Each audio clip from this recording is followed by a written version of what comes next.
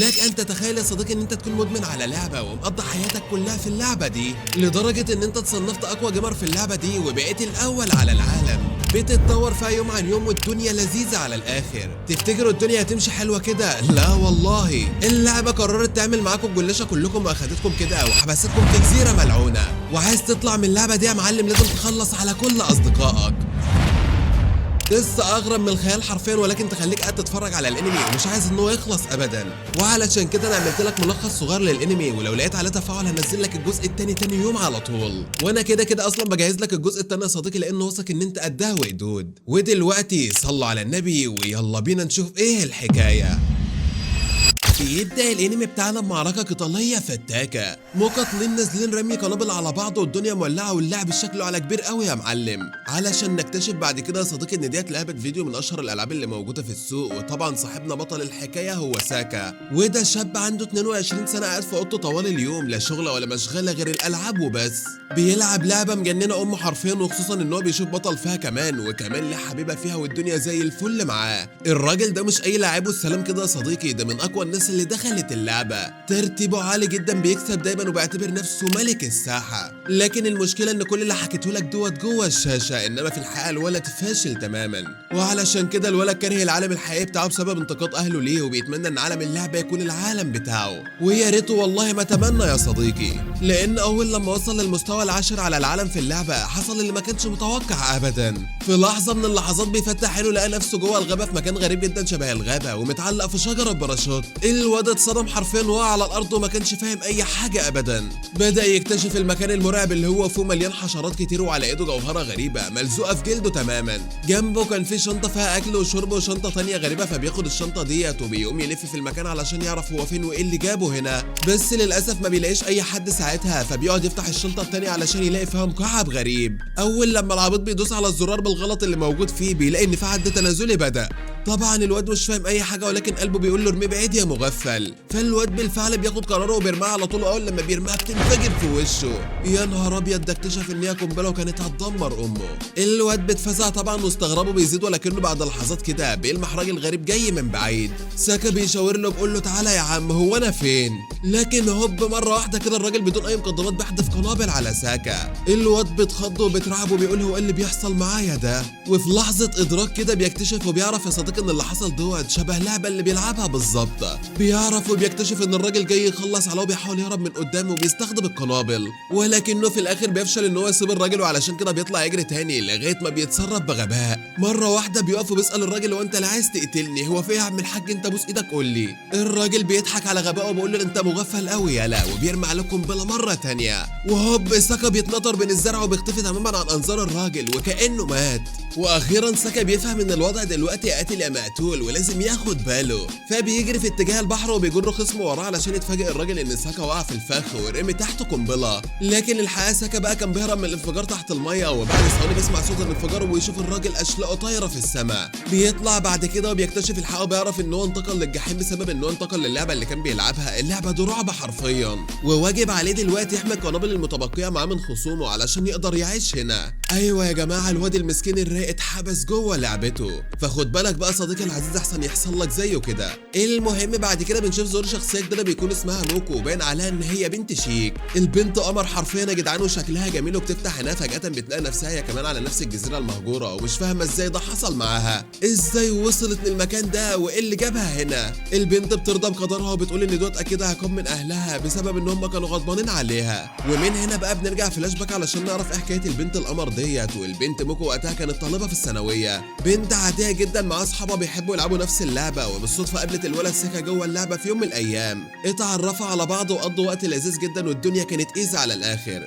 وتاني يوم بتكون فرحانه وبتحكي لصاحبتها ان هي لعبت ماتش مع اقوى واحد في اليابان كلها، وكانت فرحانه جدا باللي حصل ده. صاحبتها ما بتصدقش وبتقول لها بجد، وبتكون متحمسه وتقول لها وقتها انا عايز العب معاه، وكمان بتنصحها ان هو شكله معجب بها، وتقول لها لازم تبعت له صورتك وانت بنوته واموره كده واكيد هيعجب بيكي. وبالفعل بيتصوروا شويه صور رايقه كده مع بعض علشان يبعتوها له، وبعد كده بيخرجوا هم كلهم مع بعض علشان يقابلوا شله ولاد. وبنعرف وبيعرف يا صديقي ان ديت شلتهم الفاسده واللي مدمنين على اللعبه هم كمان. المهم يا صديقي بنرجع تاني للوقت الحالي، والبنت هموكو كانت قاعده على الجزيره، قاعده على الشط كده حاسه ان هي نهايتها ويائسه جدا من حياتها، ولكن وفجاه تحصل حاجه غريبه، بتلاقي حواليها شويه رجاله مرعبين وبيقولوا لها ان هي مش هتنجو لو فضلت لوحدها، ومن الافضل ان هي تنضم لهم في اللعبه ده علشان يقاتلوا سوا، وساعتها تصدق وتروح معاهم بالفعل. طبعا بنت اموره زي ديت الناس كلها هتطمع فيها، بس واضح وقتها ان في اتنين من الرجاله ما كانوش طايقين بعض ابدا، كل شويه خناق والخناق يعلى ويوصل للتهديد بالقنابل، كل واحد فيهم ماسك قنبله وبيقول للتاني لو قربت مني هموت امك، لكن وفجاه واحد شكله بلطجي بيمسك البنت موكو وبيقول له يلا احدف القنبله،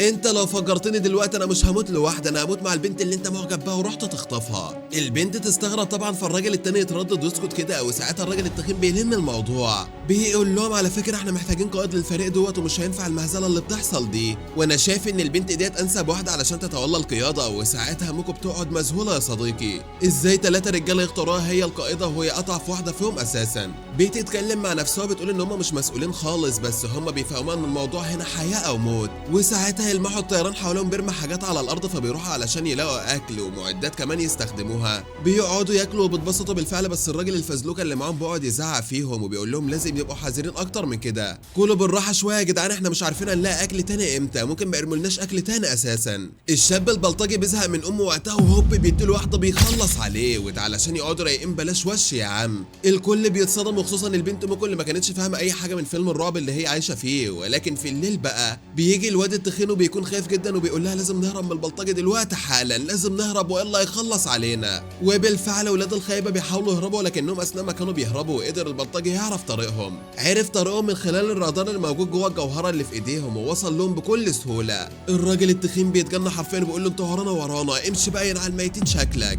بيحدف عليه قنابل ودخل معاه في قتال وكان عايز يخلص عليه. ووقتها تكتشف البنت ممكن ان كل واحد فيهم مع نوع قنابل غير التاني، بس الاسوأ بقى ان هي بتخاف من الراجل التخين ده. الراجل يبان عليه ان هو طيب ولكنه منحرف تماما، بس نيته قذره جدا، بتهرب منه وبتجري بعيد عنه تماما يا صديقي بعد ما بتسعقه بجهاز كهرباء بيكون موجود معاها، لكنها بتحس بحاجه غريبه جدا وهي بتجري يا صديقي، بتحس ان الياس بيتملكها، بتتاكد وقتها بتعرف ان دوت عقاب بالفعل يا صديقي. وبنرجع فلاش باك مع بعض علشان نعرف ايه السبب الحقيقي للاحساس ده، لان اليوم اللي خرجت فيه هي واصحابها بيقابلوا الشله بتاعت الولاد، هيماكو وقتها اتاخرت شويه عنهم، ولما راحت اتصدمت لقت الولاد دول كانوا بيعتدوا على اصحابها بشكل وحش جدا. وساعتها هيماكو حاولت ان هي تهرب، كل اللي فكرت فيه ان هي تجري وتبلغ البوليس عن اللي حصل دوت علشان يجوا يلحقوهم، وسابت صحابها في وسط المدعكه. وبالفعل هربت وبلغت البوليس والشرطه، قدرت ان هي تمسك الحسالة دول. ولكن بعد كده يا صديقي واحده من صحابها وقفت قدامها واتكلمت وقالت لها انا بكرهك جدا، انت سبتنا في اسوأ اوقات وشايفاهم بيعتدوا علينا، انا بتمنى ان انت تختفي من الدنيا كلها، انا مش بحبك ابدا.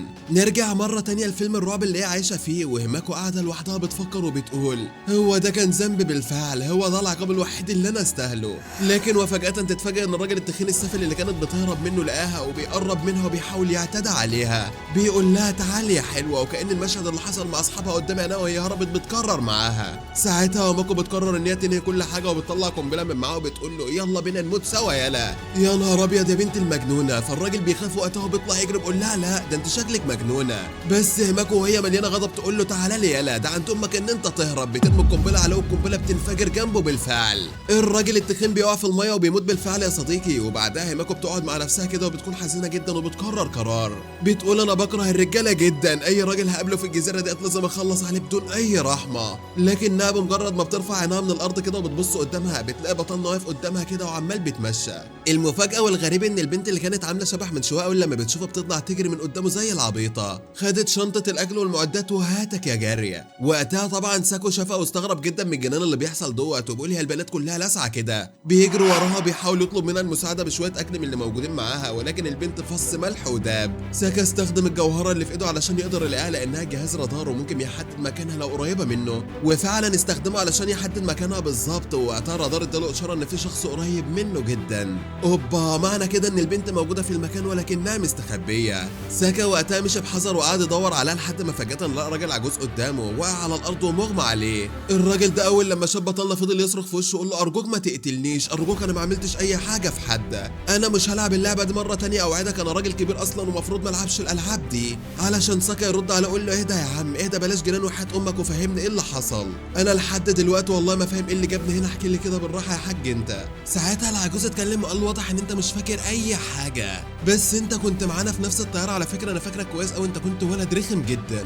العجوز حكى له وقتها وقال له في مجموعه غريبه جدا من الناس خطفونا بالليل وجمعونا، وفجاه لقينا نفسنا فوق طياره شبه طياره نقل بضايع الاكله، وكان حوالينا وقتها 20 ل 30 راجل وحوالينا حراس مسلحين كتيره قوي. المهم وبعد شويه ظهر واحد على الشاشه واتكلم وقال لنا ان احنا داخلين لعبه بيكون اسمها بوتوم، واحنا دلوقتي هنتساب على جزيره مهجوره ما فيهاش اكل ولا شرب، ما فيهاش حياه حرفيا، هنعيش المفروض على الاكل والشرب اللي هم هيرموه لنا. واتكلم وقال له الصدمه بقى، قال له ان لو حد فينا عايز يطلع من اللعبه ديت لازم يقتل 7 اشخاص ويجمع 7 جواهر غير الجوهره اللي معاه، يعني من الاخر كده يا شبل انت يكون معاه 8 جواهر وساعتها يقدر يخرج من هنا، وكل واحد فينا معاه شنطه جواها قنابل وكل واحد معاه قنابل مختلفه عن التاني، كل حاجه لها تاثير مختلف. طبعا الكل اعترض وقتها واتكلم وقال ان دوت جنان وان مفيش اي حد هيعمل كده، بس اي حد كان هيعترض وقتها كان بيتصعق بالكهرباء، كانوا بيسحلوا اللي بيعترض وبيرموا بره الطياره. انت بقى يا شبل يا صغير اكتر واحد اتكلمت فينا واكتر واحد اعترضت، علشان كده صعقوك في راسك وبعدها فقدت الوعي تماما. بعد كده لبسونا المظلات ورمونا زي الفئران من الطياره فوق الجزيره المهجوره دي. ساكا ساعتها اتصدم ولكنه اقتنع بالكلام بتاعه بالفعل، وفكر ان اصحاب اللعبه الاصليين هم المتورطين في التجربه المجنونه دي. يا نهار ابيض يا جدعان، وبكده يبقى مفيش هروب من اللعبه ديت غير تنفيذ الشرط بتاعهم للخروج من هنا. الواد حس باحباط كبير جدا، بس فجاه العجوز اتكلم وقال له ايه رايك نمشي سوا ونحاول نطلع من اللعبه القذره ديت باي شكل من الاشكال. وبما ان ساكا كان احسن واحد في اللعبه تماما وعارف ان اللعبه ديت ما ينفعش يثق فيها في اي حد بسهوله، طلب من العجوز بعدها ان هو يوري عدد القنابل اللي موجوده معاه، فالعجوز رفض تماما. اتكلم وقال له ان الافضل ما نوريش لبعض اشياءنا لاننا لسه مش واثقين في بعض، وساكا طلع عنده حق بالفعل. العجوز ده مش غلبان وعلى نياته زي ما كان ساكا فاكره، لا ده هو مخادع جدا. لكن بالرغم من كده ساكا وافق ان هو يفضل معاه. فجاه سمعوا صوت طياره جايه وساكا جري بسرعه علشان يشوف، ولقى الطياره ديت بترمي صناديق اكل، فبيقرر ان هو يجري ناحيه واحد منهم، ولكن جت ست وسبقته، وفجاه القنبله انفجرت تحتها والست ماتت في ثانيه. وفي تلك اللحظه ظهر راجل غريب وخد الجواهر اللي كانت موجوده في ايديها وخد الشنطه والاكل ومشي. ساكا اتصدم جدا وقال يا نهار ابيض، وفهم ان في ناس بتزرع القنابل كفخ جنب الاكله. لو الواد المسكين كان سبق قبل الست ديت كان زمان اتفرتك دلوقتي. اللي بيروح ياخد الاكل بيتقتل وبياخدوا الجوهره اللي موجوده في ايده كمان، يعني كمان ضرب عصفورين بحجر واحد. وبالرغم ان هو كان ميت من جوه وشاف وقتها صندوق في اكل تاني، ولكنه قرر ان هو مش هيروح هناك علشان ما يكونش كبش فدا. بس العجوز اول لما وصل عنده شاف الجثه بتاعت الست، ورغم ان هو اترعب ولكنه قرر برضه ان هو يروح لمكان الاكله. اتكلم وقال لساكا لازم ناكل، احنا هنموت هنا فطسانين. علشان ساكا وقتها يفضل يضحك على العجوز دوت ويقول له ده انت شكلك طفس والاكل اهم حاجه في حياتك كلها. وبالفعل وقتها بيوافق ان هم يروحوا يجيبوا الاكل علشان ما ينفعش يقعدوا من غير اكل كتير. بس كانت في دماغه حاجه واحده بس، كان لازم يكون حذر قبل ما يقرب من الصندوق ده. المهم وبعد كده بنشوف ولد اسمه كيرا متهم في جريمه قتل واغتصاب ل3 بنات. القضيه كبيره وهزت الدنيا بالفعل يا صديقي، ولكن اللي مخلي الموضوع اعقد ان ابو تاتسو راجل غني وواصل معاه محامي تقيل قوي في الموضوع دوت، محامي شيطان حرفيا. وبما ان كيرا كان لسه صغير وقتها فقدر المحامي الخبيث دوت ان هو يخرجه من القضيه زي الشعره في العجينه. بس على الجزيره بقى الوضع اختلف تماما لما الاب والابن والمحاميين بيلاقوا نفسهم جوه الدايره، وبنكتشف ان كيرا مش طفل عادي، ده طفل متوحش ودمه بيقتل الضفادع بطريقه غريبه جدا. وساعتها المحامي بيشوفه وبيتكلم وبيقول له ايه اللي انت بتعمله ده يا ابن المجنونه، كفايه قتل من غير سبب بقى، الله يخرب بيت ابوك. لكن كيرا بيرد عليه ببرود مرعب وبيتكلم وبيقول له هو انت متضايق من ايه؟ يالا انت متضايق ان انا بقتل الضفادع؟ طيب ما البشر بيذبحوا الابقار والمواشي، مفيش اي حد بيتكلم وبيقول لهم اي حاجه وانت جاي على الغلبان اللي هو انا. هنا المحامي بقى بيحاول ان هو يفهمه ان القتل للمتعه شيء سيء جدا، لكن عكس تماما القتل للاكل او المنفعه القانون بيسمح بيه، انما اللي انت بتعمله دوت قتل جريمه يالا. بس على مين الكلام ده كيرا دماغه مريحاه وقتها ومش عايز يسمع كلام اي حد ابدا، وشايف ان اللي هو بيعمله اصح حاجه في الدنيا. فالمحامي بيستنتج ان العنف دوت سببه ابوه، وبيفهم ان الطفل دوت متربى على قسوه غير طبيعيه. وفي تلك اللحظه الاب بيظهر بالفعل وبنكتشف ان هو واحد شبه بلطجي بيتعامل مع ابنه باهانه وقذاره وبيدوس على وش امه حرفيا. كيرا وقتها بيتحول فجاه من طفل متوحش لطفل مرعوب وساكت ومش قادر ان هو ينطق ابدا مجرد ان هو شاف ابوه المتوحش. ووقتها الاب ابن المفتريه بيقول له استخدم القنابل ودمر الشجر ده كله، وده علشان نطلع صناديق الاكل. وكيرا بينفذ من غير ولا نص كلمه حرفيا وهو معمي تماما، علشان وقتها تطلع ذكريات كيرا السوداء، الضرب والاهانه والتحكم والحرمان اللي كان بيشوفه قدامه. الواد بيبدا ينهار حرفيا وبيصرخ باعلى صوته وبيقتنع ان العالم دوت غابه والاقوى هو اللي بيقتل الضعيف. وفي لحظه جنان بيقرر ان هو يقتل ابوه، بيحط القنبله في الهدوم بتاعته وهوب انفجار عنيف بيحصل في المكان. يا نهار ابيض عليك يا كيرا، بس جدع والله ريحتنا من امه. الاب في لحظه ما بيتقطع بيتقطع نصين قدام عينيه وبيتفرتك حرفيا. المحامي بيتصدم من الجنان اللي هو بيشوفه، بيبدا يصرخ بعلى صوته وبيقول لكيرا انت كميه الشر اللي فيك ديت مش طبيعيه يا جدع. صحيح ابوك كان وحش معاك بس انت طلعت اسوأ واسوأ. بياخد نفسه وبيطلع يجري من مكان بيهرب من قدامه، اما كيرا ولا فارق معاه اللي بيحصل ده ابدا. الواد وشه كله شر وعمال بيضحك بعلى صوته ولا فارق اي حاجه معاه. ولسوء الحظ ده بقى ان في نفس الوقت ساكا وطايرة وصلوا للمكان وبيلاقوا كيرا واقف فوق جثه ابوه. يا حلاوه يا جدعان، ده كان معاه صناديق الاكل اللي هم جايين يدوروا عليها. علشان ساكا يتكلم ويقول للطايرة ان الوضع خطير جدا والطفل دوت دموي ولازم نهرب من المكان في اسرع وقت ممكن. وبالفعل بيجروا هما الاتنين وبيهربوا بالمكان، بس ولكن لسوء الحظ ان طايرة رجليه بتتلوه وبيقع، ما بيكونش قادر يتحرك ابدا. وساعتها ساكا بيتردد لو سابه لوحده اكيد كيرا هيقتله. علشان بطلنا وقتها يقول له ولا يهمك انا هتصرف دلوقتي حالا وهضلله لك لحد ما انت تقوم وتمشي. وبالفعل ساكا بيحدد اتجاه الولد جرى بالجوهره اللي في ايده وبيجري ناحيته وبيرمي عليه قنبله بكل قوته. وساكا بيفهم ان القنابل ديت انفجارها داخلي بتمزق الجسم، فبيقرر يهرب من قدامه بسرعه. بطلنا المسكين هرب من قدامه لانه مش قادر يقتل انسان تاني جوه العالم المرعب دوت، وكل همه ان هو يخرج من هنا. بس بالرغم من كده كيرا مش هيسيبه ابدا ونصب له فخ ورا فخ ورا فخ. ومن حسن حظ بطلنا ان هو كان بيكتشفهم وما بيقعش في ولا واحد فيهم، فكيرا وقتها بيتضايق لحد ما كيرا بيقابله في يوم من الايام وبيقول له واضح ان انت شاطر جدا، بس الفرق بينه وبينك ان انت معترف ان ديت لعبه بس انت لسه خايف لحد دلوقتي. وهنا الكلام يهز الولد ساكا وافتكر نفسه جوه اللعبه وازاي كان قوي جدا وبيخافش من اي حد ايا كان. بيوقف وقتها الولد وبيعمل نفسه هدف سهل ودوت كان فخ بالفعل. وقتها كيرا بيرمي القنبله وساكا بيقدر ان هو يتصداها بالشنطه بتاعته. ووقتها بيفهم توقيت استخدام الرادار وبيستخدم الرادار بتاعه في نفس الوقت. وفي تلك اللحظه بتتدخل الموجات وكيرا بيتلخبط جدا لانه مش عارف يحدد مكانه. وفجاه ساكا بيظهر وراه بيقول له تعالى لي يلا، وبيرمي عليه قنبله وقتها بكل قوته بتصيبه اصابه مباشره علشان كيرا يقع على الارض ويفارق الحياه. وقتها ساكا بيتجمد مكانه وبيفهم على طول ان ديت مش مجرد لعبه والسلام، لان اللي بيموت هنا بيموت بجد وما بيبقاش مصدق ان هو اتحول لقاتل حقيقي. في نفس ذلك الوقت بقى بنشوف البنت هوموكو واقفه على صخره وشايفه دخان القنابل. بتفهم ساعتها ان في معركه فبتغير اتجاهها وبتبعد عن الانظار لانها مش عايزه اي مشاكل ولا عايزه اي حاجه. بعدها بنشوف ساكا وطايرة قاعدين على النهر وبياكلوا وبيحاولوا يهدوا اعصابهم من المجزره اللي كانت بتحصل حواليهم. ساكا وقتها ما كانش في حاله كويسه ابدا لان ضميره عمال بيأنبه على الواد الصغير اللي لسه قتله من شويه. وبالرغم ان هو كان عارف ان هو مضطر يعمل كده وان هو لو ما عملش كده كان زمان الولد الصغير قتله وخلص عليه فورا، بس هو برضه الالم جواه. بيبص لطايرة كانه بيدور على تاكيد ان هو فعلا ما كانش عنده اختيار تاني، عايز الولد يطيب خاطره باي كلمه. بس وهم قاعدين فجاه كده جثه بتعدي من قدامهم من الميه وهم الاتنين بيسيطر عليهم التوتر. بيخافوا جدا وبيكونوا عايزين يعرفوا الجثه ديت جايه منين وليه، وهل الرعب دوت حقيقي بالفعل او حد بيراقبهم. وفي نفس اللحظات بقى طايرة كانت رجليه وجعاه وما كانش قادر يمشي ابدا ولا قادر يهرب من المكان. ووقتها ساكا بيقول له خليك انت هنا وانا هلف شويه واشوف ايه اللي بيحصل في المكان، يمكن اي حد بيراقبنا كده ولا كده. بيمشي ساكا على خط النهر بالفعل لحد ما بيوصل عند الشلال.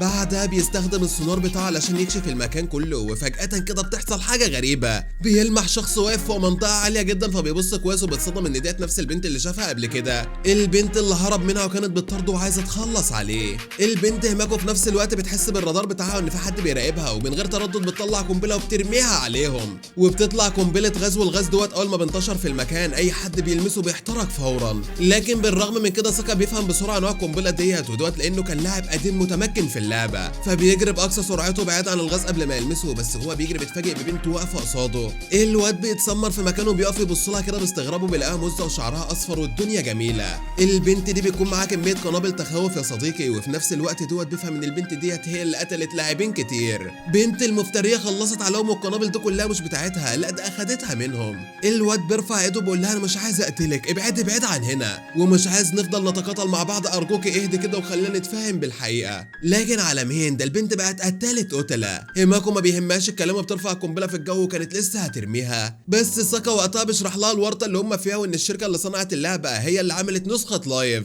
وحطتهم كلهم كفئران تجارب جوه اللعبه علشان يقعدوا يستمتعوا ياخدوا فلوس من الناس. وانا متاكد ان في طريقه نخرج بقى من اللعبه الحقيره ديت كلنا من غير ما اي حد يموت ولا نقتل بعض زي ما بنعمل كده. بس ولكن هيماكو وقتها مش سامعه ولا شايفه كل كل اللي في دماغها ان الولد دوت واحد من الرجاله قذرين. هي كانت بتكره الرجاله بالفعل يا جدعان، وكانت عايزه تخلص عليه. كل اللي في دماغها ان هو كده هتعدى عليها دلوقتي ولازم ان هي تدافع عن نفسها، وفجاه بترمي القنبله عليه زي المجنونه. وبالرغم ان ساكا بيقدر يتفاداها بالعافيه يا صديقي، ولكنه بيفهم الحقيقه. البنت دي عمرها في حياتها ما هتكون مسالمه لانها بتكره الرجاله وعايزه تخلص عليه، فبيقرر ان هو يوقفها وبيجري عليها علشان يمسك ايدها علشان ما ترميش قنابل تانيه. بس في اللحظه دي بيكتشف المصيبه الكبرى، وهي ان هي معاها جهاز ساعه كهرباء وبتبدا ان هي تكهربه بلا رحمه. الالم فظيع في جسمه يا جدعان، وبيتشنج ومن غير ما يحس كده بيزق ايديها، وبالصدفه الساعه بيجي فيها هي يا جدعان وبيسحقها وبتقع على الارض زي الدبانه وبتفقد الوعي. ساكا بيقف قدامها تاه مش عارف يعمل ايه ولا ايه، بس في حاجه واحده بس كان متاكد منها، كان مقتنع ومتاكد ان عمره في حياته ما يأذيها ابدا مهما حاولت تعمل فيه، وبياخد كل القنابل اللي معاه بعد كده وبيكون ماشي. ولكنه بيبص لها بحزن والبنت بتصعب عليه فبياخدها معاه وبيشيلها وبيمشي. المهم وبعدها شويه هيماكو بتفوق وبتلاقي نفسها متشاله على ايد الولد ساكا. البنت بتخاف وبتترعب وقتها وبتفتكر ان هم هيأذوها، ومن غير ما تفكر بتطلع قنبله من جيبها، والقنبله ديت بتكون مؤقته وبتبدا العد التنازلي يشتغل. ساكا ساعتها بيتصدم، ما كانش متخيل ان البنت بنت المجنونه قررت ان هي تموت نفسها وتاخدهم معاها. وفي لحظه كده بيمد ايده وبيضغط على القنبله بيوقف العد التنازلي، وساعتها بيفهم ان البنت دي اتعرضت لاهانه واساءه كتيره جدا في حياتها، لدرجه ان هي مستعده تموت وان دموعها حقيقيه ومش بتمثل ابدا. المهم بيكمل طريقه بيرجع بها لطياره صديقه وبيقعد معاها هناك على الشط يا صديقه، وبيقدموا لها قهوه واكل والدنيا بتكون لذيذه جدا. بيوعدها ان هم مش هيأذوها ابدا، وان هم رجاله كويسين مش زي اللي قابلتهم قبل كده، هم هيقفوا جنبها، وان هدفهم يفهموا نظام اللعبه علشان يخرجوا من الجزيره الملعونه اللي هم عايشين فيها من غير ما اي حد يموت. بس ماكو فجاه بتتكلم بكل حزن وبتقول لهم مفيش فايده ابدا من كده، حتى لو خرجتوا انتوا هتاخدوا بترشيحات من ناس قريبين منكم، والناس دي قدمت اسماءكم للشركات. علشان طايره يرد عليها ويقول لها لا انت كدابه، علاقتي باسرتي كويسه ومستحيل يعملوا كده. البنت بتقول له مين اللي قالك ان هي لازم تكون اسرتك؟ مش لازم تكون اسرتك ولا حاجه، ممكن اي شخص قريب منك انتوا اختلفتوا مع بعض وعايز يأذيك. وساعتها طايره بيفتكر خلاف اللي حصل بينه وبين واحد من الشركه من شهر كده، فبيسالها انت متاكده من الكلام ده؟ ووقتها البنت بتاكد له ان هي شافت ورقه الترشيحات بعينها من الاشخاص اللي كتبوا اسمائهم للتجربه دي. ايوه اعز الناس ليه قدموا اسم تجربه على جزيره ممكن اموت فيها. علشان ساكا وقتها يسمع الكلام وانصدم حرفيا ويفضل يفكر يا ترى مين اللي عمل فيها العمله السوداء دي، فبيبدا يفتكر خلافه مع ابوه وامه، وساعتها امه كانت زعلانه جدا منه، وفجاه الحقيقه بتصدمه بان امه هي اللي قدمت اسمه، فبيحس بحزن عمره في حياته ما حسه قبل كده معقول. بس بالرغم من كده ما كانش اسوأ حاجه حصلت له، لان فجاه بعد شويه بيحسوا بحركه غريبه جايه من ناحيه الغابه. ساكا وقتها بيتخض وبيشغل السونار بتاعه بس، ولكن للاسف ما بيلقطش اي حاجه، بالرغم ان هو ما اكتشفش اي حاجه يا صديقي، ولكن لسه في حركه موجوده بين الاشجار. وقتها طاير على طول بيمسك كشافه ويقول له علي كده، وبينور على الشجره. اول لما نور كانت الكارثه بالفعل، بيشوفوا سحالة ضخمه جدا ومرعبه يا صديقي طالعه عليهم من بين الاشجار وكانهم طوفان. ايوه يا جماعه المصيبه حلت على دماغهم وجايين يخلصوا عليهم. المهم وبعد كده يا صديقي بنشوف سحالة كومودو وهي بتهاجمهم بهجوم بشع جدا، وفي وسط اللخبطه اللي بتحصل ديت وهم بيحاولوا يهربوا، ساكا خد باله ان هم سايبين صناديق الاكل على الارض والقنابل بعيده عنهم، فقرر ان هو يروح ياخدهم. وفي الوقت نفسه السحالة كانت بتهاجم الولد طايره وعضته في رجله وسببت له اصابه خطيره. ساعتها ساكا استخدم قنابل علشان ينقذ صاحبه، وبعدها جري بسرعه علشان يلحق الولد طايره اللي رجله كانت بتنزف جامد وكانت متدمره تماما. بعد كده بنشوف طايره ماشي شايل صناديق الاكل والمعدات والقنابل، وساكا كان شايل البنت ماكو، لان البنت المسكينه فاقده الوعي تماما، ولو سابوها كانت السحالة اكلتها في ثواني. وفي الوقت دوت الولد طايره اتكلم وقال لساكا الخوف اللي دخل قلبه لحظه واحده بس، وشك ان هو ممكن يتخلى عنه، وده كان احساس طبيعي جدا لان ما ينفعش واحد يضحي بحياته علشان الناس لسه شايفها من كام ساعه. وانت لو كنت عملت كده بالفعل يا ساكا هتكون معذور لان روحك اهم من اي حد. بس ولكن ساكا اتضايق جدا وقتها وقال له انت ايه يا عم، انت شايفني ان انا ممكن اخونك ليه؟ علشان طايره يرد عليه وقتها يقول له كلام البنت طلع حقيقي بالفعل، وان هو في حياته القديمه لو كان شخص قاسي جدا بيتعامل مع الناس بوحشيه ومهتم بمصلحته وبس، حتى لو ده كان هيأذي الناس كلها ما كانش عنده اي مشكله. بس كل ده اتغير من ساعه ما قابلتك هنا يا ساكا، اقتنعت واتاكدت ان لازم اثق فيك علشان لو عايزين نطلع من اللعبه الحقيره دي حيين. واثناء ما كانوا بيتكلموا يا صديقي فجاه كده السحالة هجمت عليهم مره تانيه، وفي اللحظه دي ساكا طلع يجري اتجاهها وطايره جري في اتجاه تاني تماما. اتفرقوا هما الاتنين عن بعض، وساكا فضل ينادي على الولد الولد طايره وبيدور عليه علشان يساعده، بس ما كانش ليه ابدا خالص. الخوف والشك دخل قلبه وقتها، افتكر ان طايره خانه بالفعل واخد كل المؤن اللي معاهم ومشي. لكن وفجاه استحاله هجمه الولد ساكا مره تانية، وساعتها قال خلاص انا استسلمت للموت. بس وقتها كده بدون اي مقدمات شاف قنبله طايره في الجو، وساعتها انفجرت في سحال الكومودو اللي كانت قدامه. وفي تلك اللحظه فهم ان طايره لسه موجود وهو اللي ساعده، وفعلا لقى جاي بسرعه عليه. طايره وقتها فهم ان ساكا شك فيه في اللحظه ديت، وافتكر ان هو خانه، ولكنه ما زعلش ابدا منه. اتكلم وقال له ان ده طبيعي جدا، الخوف بيخلي اي حد يشك في اقرب الناس ليه. الواد ساقط طيبه على بطلنا يا جدعان، وانا مش مرتاح له لحد دلوقتي، حاسه في يوم من الايام هيغدر بيه. المهم صديقي العزيز بيكملوا طريقهم في الغابه بعد كده، وهناك لقوا مبنى كبير جدا جنب البحر، والرياح كانت قويه قوي. بس وفجاه اكتشفوا ان سحال الكومودو بتتجمع حواليهم باعداد كبيره، فاضطروا وقتها ان هم يطلعوا على السلم، بس للاسف كانوا تقال جدا، وبالاخص البنت هيماكو اللي كان مغمى عليها مش قادرين يشيلوها. طايره وقتها اتكلم وقال له ان هو هيهاجم السحال بالقنابل اللي موجوده معاه لحد ما ساكا يطلع فوق ويطلع البنت هيماكو. وبالفعل ساكا بدا ان هو يحاول، ولكنه ما كانش قادر يرفع البنت لوحده، وفضل يصرخ ويقول هو اللعبه ديت عايزه من امي ايه؟ عايزاني ابقى قاتل، عايزاني ابقى متوحش، عايزاني اكون اناني. طايره ساعتها بص ناحيه المبنى علشان يشوف ساكا عامل ايه، ولكنه لقى البنت هيماكو مرميه على الارض جنب الادوات. والغريب ان ساكا كان واقف فوق المبنى، وساعتها طايره افتكر ان ساكا باعهم بالفعل، وقرر انه ينقذ نفسه وسابهم للسحالة تاكلهم. لكن وفجأة شاف ساكا بيجري بقنبلة غاز في ايده ورماها في اتجاه السحالي. القنبلة دي كانت غاز قاتل ومستحيل اي كائن ينجو من سمها. طايرة كان خايف جدا لان افتكر الغاز هيجي عليهم يموتهم كلهم، ولكن ساكا كان عامل حسابه. اتجاه الريح كان من البحر للغابة، يعني الغاز هيبعد عنهم تماما، ودوت كان سر خطة الولد ساكا. وبالفعل بينجوا من الليلة السوداء ديت يا صديقي، وبيخلصوا مهمتهم، وبعدها بنشوفهم كلهم قدروا ان هم يطلعوا فوق المبنى وبينجوا من الموت. المهم بنرجع بقى عند الشركة اليابانية اللي عاملة اللعبة الحقيرة دي يا صديقي، وبنشوفهم قاعدين زي البشوات بيراقبوا كل اللي بيحصل ومستمتعين. ولاحظوا وقتها ان ساكا لسه عايش وقتل لاعب وجرح لاعب تاني، وقدر ان هو يضم 2 للفريق بتاعه. المسؤول وقتها كان معجب جدا بطريقة لعبه واستراتيجيته، واتكلم وقال ان ساكا هيكون نموذج جديد للاعبين في اللعبة. المهم يا صديقي بنرجع تاني عند بطلنا، وتاني يوم الصبح طايرة كانت رجله لسه واجعاه وعمال يصرخ من كتر الألم. ساكا بيحاول ان هو يعالجه، ولكن لا حياة لمن تنادي. اما هيماكو فاقت اخيرا من الغيبوبة اللي كانت فيها، ولكنها لسه مرعوبة لحد دلوقتي، مش عايز اي حد يلمسها، خايفه من الرجاله اللي موجوده معاه، وحاسه ان اي حد هيقرب منها ويتعدى عليها في اي وقت. ما عندها تروما برضه يا جدعان. علشان ساكا يتكلم ويقول لها ان هي لازم تساعد الولد طايره دوت، لان الاصابه ديت حصلت له وهو بينقذها، وفعلا بدات ان هي تساعده. بس بعدها على طول البنت طلعت تجري بعيد وقالت لهم لا انا مش واثقه فيكم. علشان ساكا وقتها يتكلم ويقول لها على فكره ولا انا واثق فيك اصلا،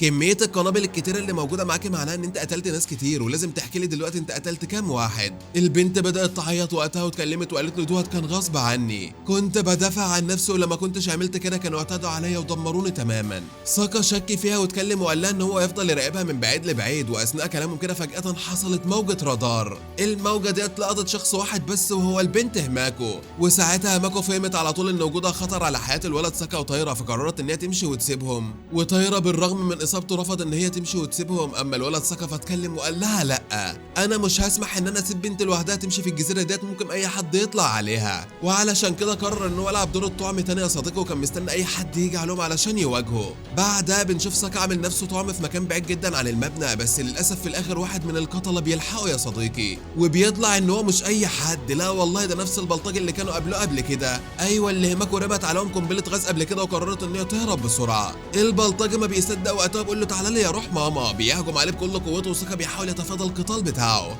بيقول له مفيش داعي ان احنا نقتل بعض يا عم الحاج، انت ممكن تنضم للفريق بتاعنا احسن، انا خبير في نوع الالعاب ديت ومتصنف على العالم، ومتاكد ان في طريقه نطلع منها من هنا من غير ما اي حد يموت. بس وفجاه واثناء ما كان بيتكلم بيتفاجئ ان في قنبله موقوته اتحدفت عليهم من ظهره. الولد بيحاول يتفادى بكل قوته، لكن فات الاوان، الانفجار كان ضخم جدا في المكان. علشان نكتشف ان المحامي الشرير انضم للبلطجي الحقير، والاثنين عاملين ثنائي قاتل، ثنائي وسخ من غير اي مبادئ تماما. لكن مسرعان ساكا بيستخدم الصاعق الكهربي بتاعه، وبيكهرب المحامي كهرباء جامده جدا بتخليه على الارض.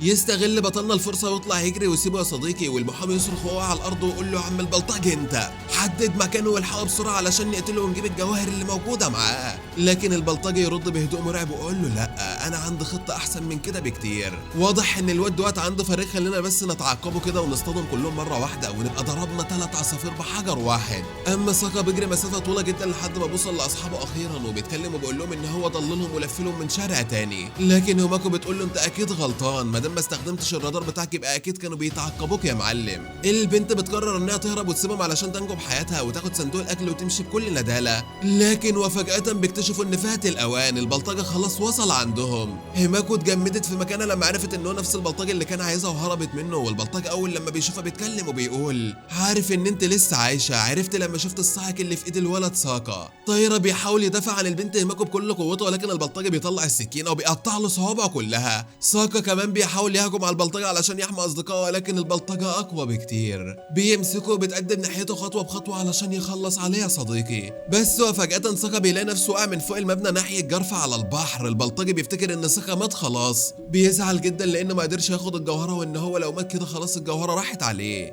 بس الحقيقة يا صديقي ان ساكا كان متعلق في فرع شجرة وفاقد الوعي تماما. وبعد شوية بيفوق وبنشوفه لما بيتسلق وبيقدر يطلع المبنى تاني، وبيلاقي طايرة مرمى على الارض والبلطجي والمحامي خطفوا البنت هيماكو. ولاد المستفزة غفلوهم واخدوا الاكل والقنابل كلها. واثناء ما كان بيدور على اي حد بيلاقي الموبايل بتاع البنت هيماكو على الارض، وبيفتحه بيلاقي صورتها بنفس لبسها جوه اللعبة. ووقتها بيتصدم حرفيا لان بيعرف ان ديت نفس البنت اللي كان متجوزها في اللعبة. فبيقرر من غير تردد ان هو لازم ينقذها دلوقتي حالا لان كان بيحبها جدا، وبيسيب الولد طايرة مؤقتا كده. اما على صعيد اخر بقى بنشوف البلطجة والمحامي رابطين البنت هيماكو على سرير وناويين ان هم يعذبوها ويعتدوا عليها بكل وحشية. بس وفجأة الرادار بنشوفه بيلقط اشارة مرتين، اشارة بينها وبين الولد ساكا. البلطجي بيتخض وقتها وبيفهم ان ساكا جاي يدور عليها، فبيقول للمحامي انت لازم تلف بقنابل وتدور عليه، وانا هنا بقى هقعد اجهز له فخ متين كده علشان اول لما يجي يقع في امه. المحامي بيمشي بالفعل، وبعد شويه انفجار ضخم جدا بيهز المكان كله. فالبلطجي ساعتها بيشك وبيتخض وبيقول ان ساكا لا يمكن يموت بالسرعه ديت، وان اكيد المحامي عمل حاجه غلط. وفي تلك اللحظه ساكا بيكون اتسلل جوه المكان ووصل للاوضه بتاعت البنت هيماكو اخيرا، وناوي يخلص على البلطجي. ولكنه وقتها بيفتح الباب بيلاقي قنبله مربوطه فيه، لكن قبل ما تقع عليه بيقدر يمسكها الخبيث في الاخر في ثانيه وبينقذ نفسه يا صديقي، وبيفك البنت هيماكو وبيقوموا يهربوا علشان وقتها البلطجي والمحامي يشوفوهم بالرادار ويطردوهم بالقنابل. وساكا يرمي اخر قنبله موجوده معاه المحامي ويفجروا ساعتها. بس البلطجي بيقدر ان هو يمسك البنت هيماكو وبيتمكن منها وبيهدد الولد ساكا، بيقول له لو ما سلمتش نفسك دلوقتي حالا انا خلصتك على حبيبه القلب السنيوره. ساكا بيستسلم بالفعل وبيحاول ان هو يخدعه، بس البلطجي بيضربه ضربه قويه جدا بتكسره حرفيا. بيوقع بطلنا على الارض وبيفضل يضرب فيه بكل وحشيه، بس ولكن هيماكو تقوم من مكانها وتلزق قنبله غاز في الولد. بتصرخ على ساكا باعلى صوتها علشان يجري من المكان، وفعلا الغاز بينفجر فيه والبلطجي جسمه بيسح وبيتحرق. بس قبل ما يموت بيمسك البنت هيماكو من رجلها وبيقول لها والله ما سيبك، علشان بسرعه الولد ساكا يرمي قنبله موقوته تحت رجليه ويشد هيماكو منه، المكان كله بينفجر وبيتدشمل. وفي اخر المطاف بقى صديق البلطجي بيموت متفتت حرفيا، وساكا وهيماكو بيقدروا ينجوا للمره الثانيه من الموت. والله يا جدعان العيال دي محظوظه جدا، مش عارف بيطلعوا من الحاجات دي ازاي. وطبعا يا صديقي كل اللي بيحصل دوت قدام شاشات بتعرض على جمهور كبير جدا اللي متابعين التجربه لايف، وكانوا قاعدين مستمتعين قوي. المهم يا عزيزي بعد كده بنرجع للجزيره الملعونه مره ثانيه علشان بالليل نشوف واحده بيكون اسمها كينو، كانت واقفه مع راجل من اللي كانوا معاهم في الطياره، وكان بيوعدها وقتها ان هو يحميها ويفضلوا سوا لحد ما يطلعوا من الجزيره بنت الجزمه دي.